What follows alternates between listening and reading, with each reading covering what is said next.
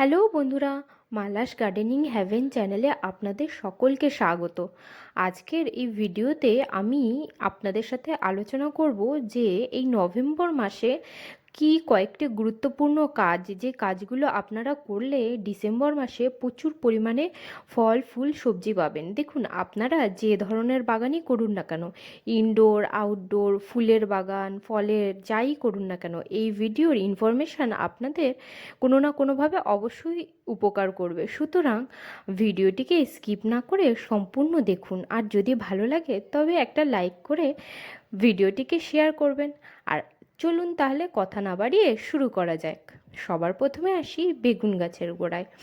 সব বাড়ি যারাই সবজি বাগান করেন, বেগুন গাছ তারা অবশ্যই লাগান, কারণ একবার বেগুন গাছ লাগাবার পরে বেশ অনেক দিন গাছ বেঁচে থাকে, আর ফলও প্রচুর পরিমাণে হয়, আর প্রচুর সহজে হয়েও যায়, খুব বেশি যত্নের প্রয়োজন হয় না। কিন্তু এই নভেম্বর মাসে, ডিসেম্বর মাসে শীতে প্রচুর বেগুন পাওয়ার জন্য গোড়াটিকে ভালোভাবে খুঁচিয়ে গোবর সার যুক্ত মাটি আবার বেশি করে দিয়ে গোড়ায় আর এইভাবে জল দিয়ে দিতে হবে। দেখুন, আমার এই দুটো বেগুন গাছ, অনেকগুলি বেগুন গাছের মধ্যে এই দুটি বেগুন গাছের গোড়া খুঁচিয়ে আমি ভালোভাবে সার দিয়ে নিলাম, আপনাদের সাথে সেই ভিডিওটি শেয়ার করলাম। দেখুন, এইভাবে গোড়া খুঁচিয়ে সার দিয়ে দেবেন। এবার দেখুন চন্দ্রমল্লিকা গাছ।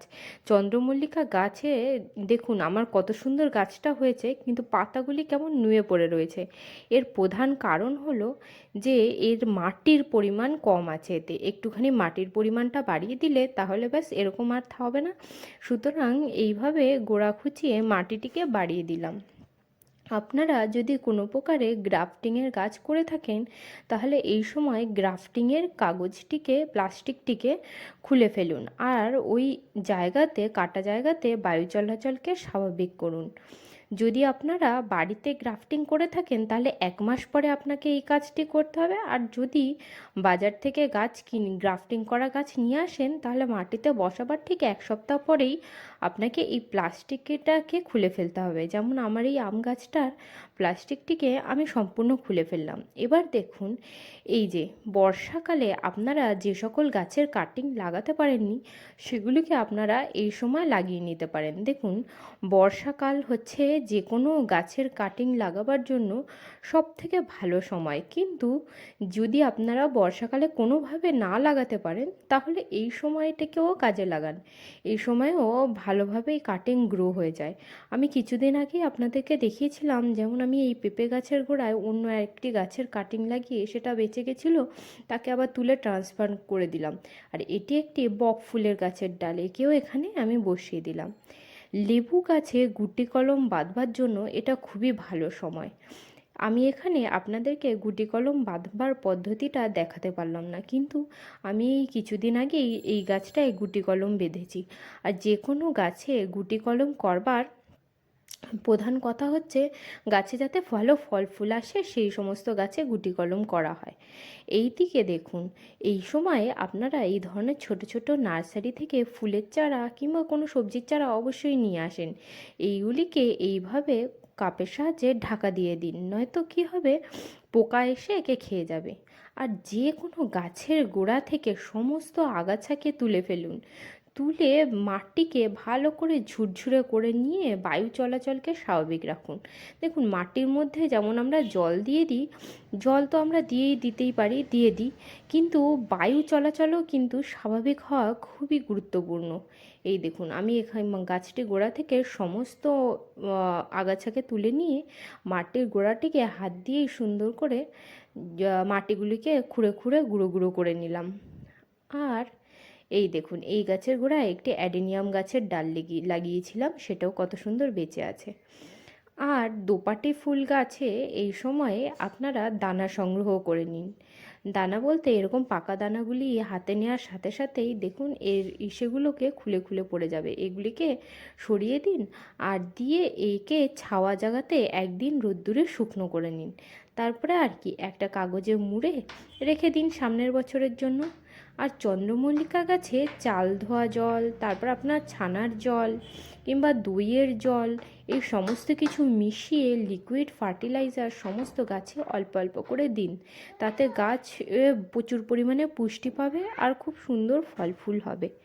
আর এদিকে দেখুন, এটি হলো আমার লজ্জাবতী ফুলের গাছ। লজ্জাবতী ফুলের গাছটি ডালপালা অনেকখানি বেড়ে গেছে, সুতরাং আজ একে পুরো কাটিং করে দিলাম। তারপরে সাইডের মাটিগুলোকেও খুঁচিয়ে নিচ্ছি ভালো করে, যাতে বায়ু চলাচল স্বাভাবিক থাকে। কিছু দিনের মধ্যে গাছটি আবার সবুজ হয়ে যাবে।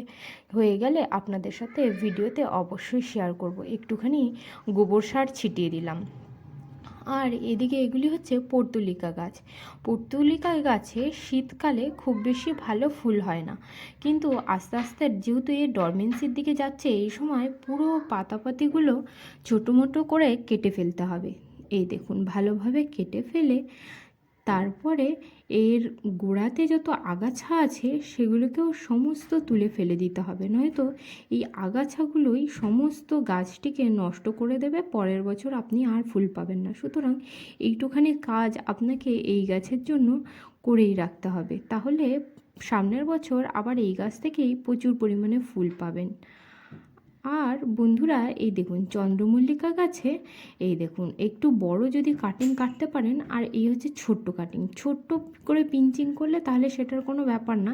যদি বড় কাটিং করেন তাহলে তাকে এইভাবে কোকোপিটের মধ্যে এই সময় গ্রো করতে পারেন। দেখুন বন্ধুরা, কিছুদিন আগে যে এই ডালগুলো লাগিয়েছিলাম সেগুলো এখনও ভালোই আছে। এদিকে দেখুন, কিছুদিন আগে লাগিয়েছিলাম এই চাপা ফুলের ডালটা। এটা আমি পুরী থেকে নিয়ে এসেছিলাম। পুরী জগন্নাথ মন্দিরের বাগানের এটি একটি গাছ। এটিকে আমি নিয়ে সেই গামলার মধ্যে বসিয়েছিলাম। দুটো ডাল আছে এর ভিতরে। একটি হচ্ছে ওই গোলাপি রঙের একটি, আপনারা যদি পুরী গিয়ে থাকেন দেখবেন বাগানে গোলাপি রঙের একটি ফুলের, চাপা ফুলের গাছ রয়েছে। সেই গোলাপি রঙের ফুল গাছ আমি তো আমাদের এদিকে কখনো দেখিনি, ওখানে গিয়ে প্রথমবার দেখলাম, আর দেখে আমি নিয়ে এসেছিলাম। আর দেখুন কত সুন্দর শিকড় বেরিয়েছে।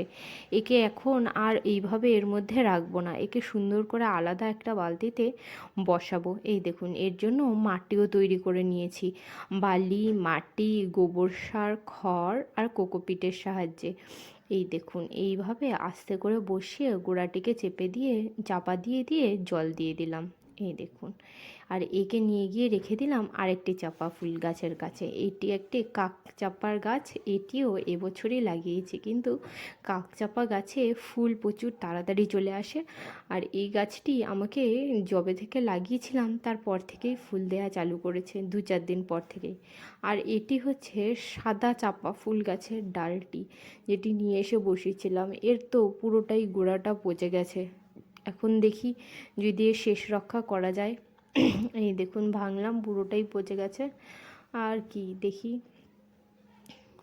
এই দেখুন এইটুকু, এই জায়গাটা পর্যন্ত এখনও ভালো আছে। সুতরাং একে আর একবার গ্রো করবার চেষ্টা করি। এই দেখুন, কলিয়াসের গাছ ডাল বসিয়েছিলাম, তার পাশে নিয়ে গিয়ে বসালাম। কথায় আছে না, যতক্ষণ শ্বাস ততক্ষণ আশ।